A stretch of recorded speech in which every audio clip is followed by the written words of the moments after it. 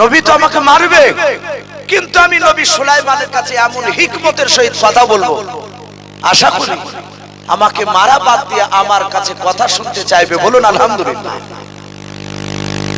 ওই হুদহুদ নামক পাখিটা বাবা নবী সুলাইমান আলাইহিস সালামের কাছে বসে বলল, ওই পাখিটা আদবের সহিত বাপজি বসে গেল।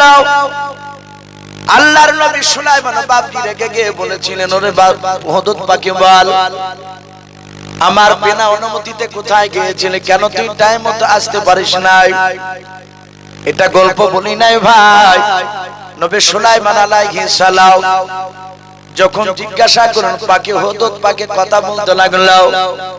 পাখির ভাষায় হুদহুদ ডাক দিয়ে বলেছিল, নবী সুলাইমান, আপনার বিনা অনুমতিতে আমি উড়তেছিলাম না। বলুন আলহামদুলিল্লাহ। আল্লাহর নবী সুলাইমান বলেছিলেন, পাখি আমি মাত্র 2 ঘন্টার মতো আমি সময় দিয়েছিলাম। পাখি বলেছিল, নবী সুলাইমান এটা সত্য, কিন্তু আমি আকাশ পথে আপনার হুকুম পার উড়ে যেতে যেতে যেতে যেতে যেতে যেতে নবী সুলাইমান আপনার দেশ থেকে আমি একটা নতুন দেশে চলে গিয়েছিলাম। ওগো নবী সুলাইমান, আমি এমন একটা দেশে চলে গিয়েছিলাম, ওই দেশের ব্যাপারে আপনিও কিছু জানেন না। জোরে বলুন সুবহানাল্লাহ। নবীকে বলেছে। আর বিরাট বড় বাদশা যে বাতাসে চলাফেরা করে, সে ডাক দিয়ে পাখিকে বলে, এই হুদহুদ, এখানে মিথ্যা কথা বলছিস? যে দেশে গিয়েছিলে আমি নবী সুলাইমান জানি না? বলে, হুজুর মাফ করবেন, আপনি জানেন না। বলে, দেশটা কোথায় গিয়েছিল বল, দেশটার নাম কি?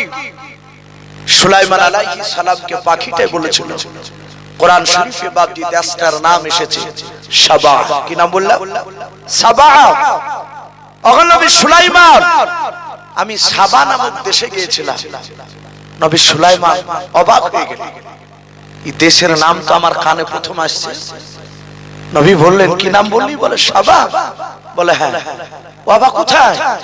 বলে, হুজুর ওটাই তো বলছি যে আপনি জানেন না। ওগো নবী, ওই দেশে যখন আকাশে উঠতে লেগেছিলাম, তখন ওই দেশের একটা হুদহুদ পাখির সাথে আমার দেখা হয়েছিল। বলুন আলহামদুলিল্লাহ।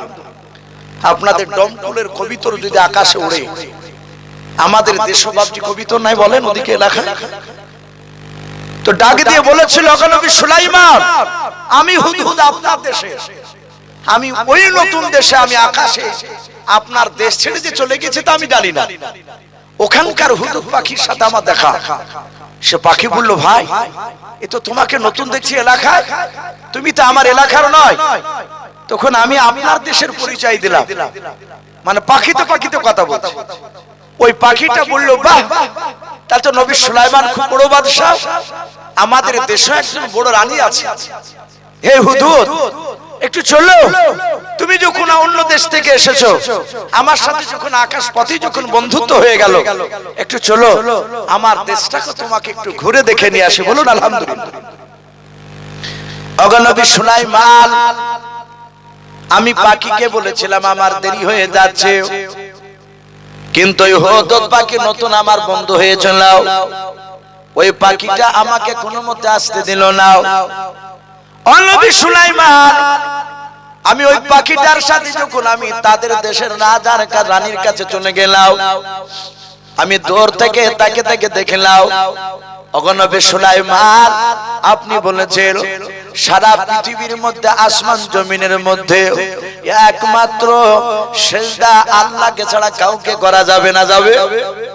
অনেক মানুষ আছে ভাই, আল্লাহকে সিজদা করে, আবার অনেক ভন্ডা পীর আসলে বাপজি হাতেও বাপজি মাথা নত করে বাপজি চুমা দেয়, পায়েও বাপজি চুমা দিতে যায়। নাই অনেক, রাগ করবেন না, যে চুমা দেয় তার পীর সাহেব, আর পীর সাহেব মুচকি মুচকি হাসে, বাহ বাহ আমি বিরাট পীর হয়ে গেছে, আমার হাতে চুমা, আমার পায়ে চুমা দিছে। যে চুমা দিছে তাকে যদি জিজ্ঞাসা করেন, ভাই তুমি যে হুজুরকে চুমা দিলে, তোমার বাপ মার হাতে পায়ে কি চুমা দিয়েছো কোনোদিন? উদাইলি। আর হুজুরের কাছে চুমা দিতে আসলে হুজুর বলছে, বাপ তুমি গ্যারান্টি জান্নাতে যাবা। বাস্তব কথা বলছি। অথচ হুজুরই জানে না যে বাপজি সে জান্নাত যাবে না জাহান্নামে যাবে। সারা পৃথিবীতে বাপ মার চেয়ে বড় পীর আর পৃথিবীতে কেউ না আছে? কেউ না। হ্যাঁ, পীর সাহেব আসবে, তাকে আপনি শ্রদ্ধা করুন, তাকে শরিয়াত অনুযায়ী তার খিদমত করুন, তাই বলে পায়ে বাপজি পড়বেন না। একমাত্র সিজদা আল্লাহকে ছাড়া পৃথিবীর কাউকে করা যাবে না। পাখিটা বলছে, হুজুর এটা আপনার মুখে শুনেছি, কিন্তু নবী গো, ওই সাবা দেশে যিনি রাজ্য পরিচালনা করে, দেশ পরিচালনা করে, তিনি রানী বেটা ছিলেন নয়, তিনি মেয়ে ছিলেন।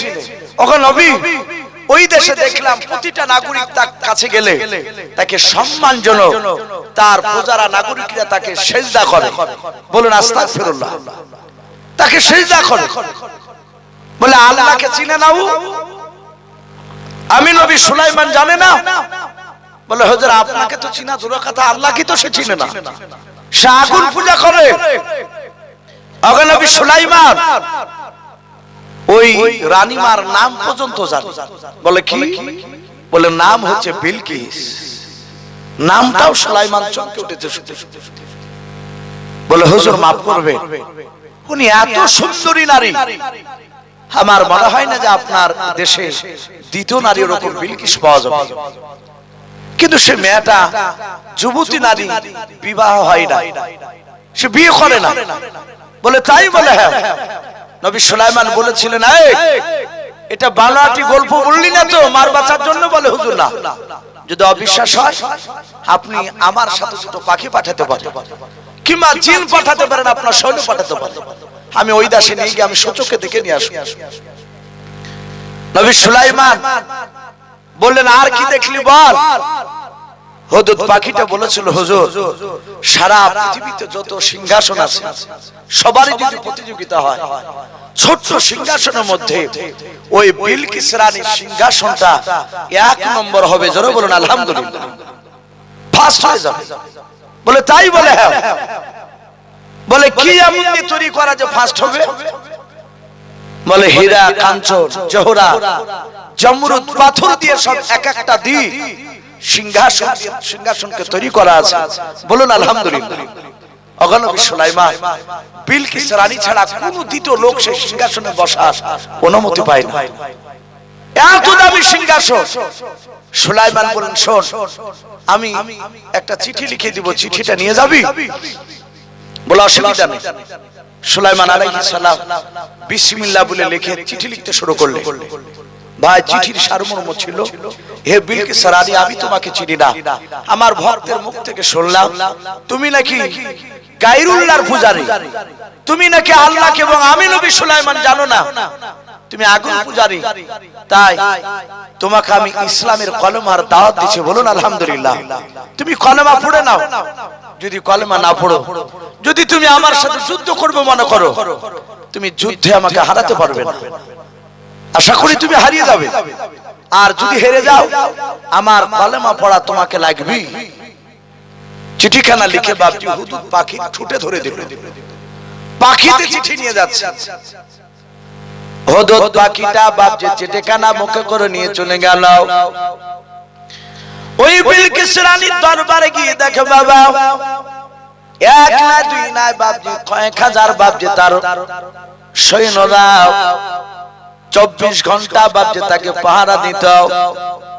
হুদহুদ পাখি বাপজি বিলকিস রানীর দরবারে চলে গেল।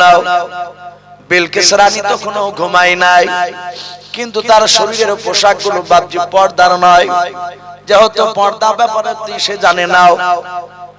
বিলকিস রানী শুয়ে, আর বিলকিস রানীর চোখের সামনে গিয়ে বাবা 2 থেকে 3 হাত সামনে গিয়ে পাখিতে হুদহুদ নামক পাখিটা নবী সুলাইমানের চিঠিখানা রেখে দিয়ে 4-5 হাত পেছনে দাঁড়িয়ে পেছনে গিয়ে পাখিটা আদবের সহিত বাপজি দাঁড়িয়ে গেল। বলুন সুবহানাল্লাহ।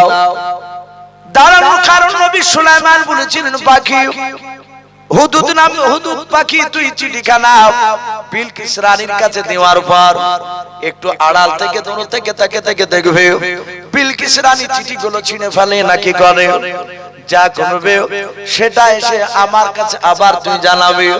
পাখিটা দাঁড়িয়ে থাকলো।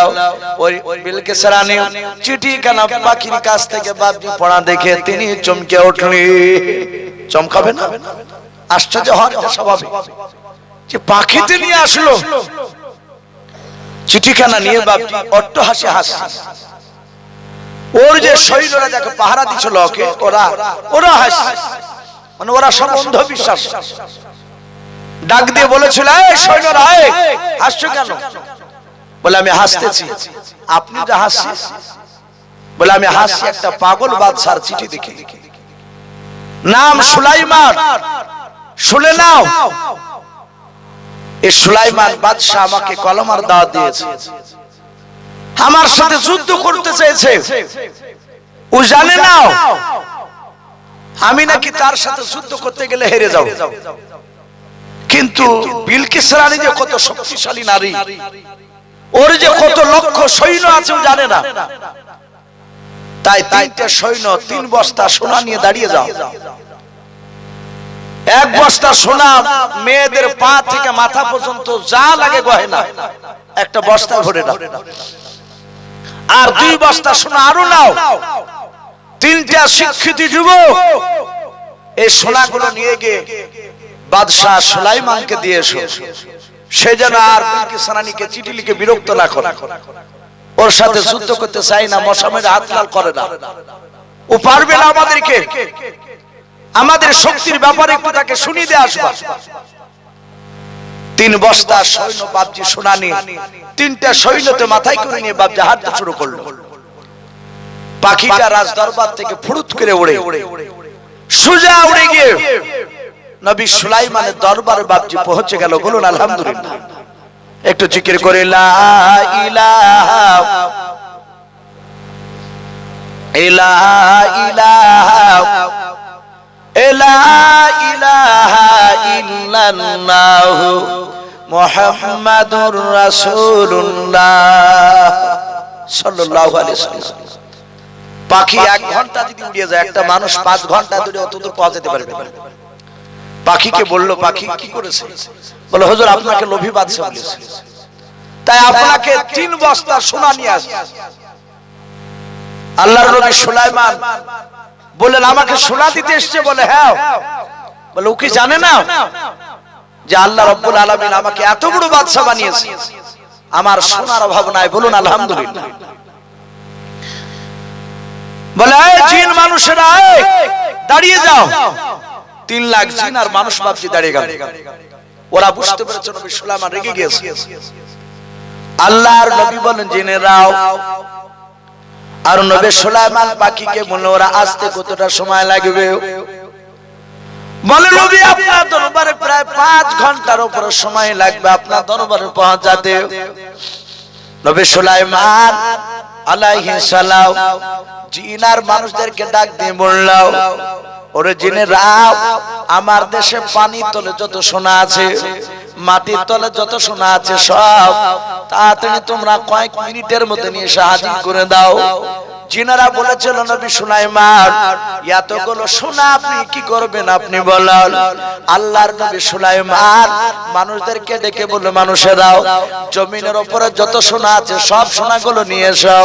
বলে হুজুর এতগুলো সোনা কি করবেন?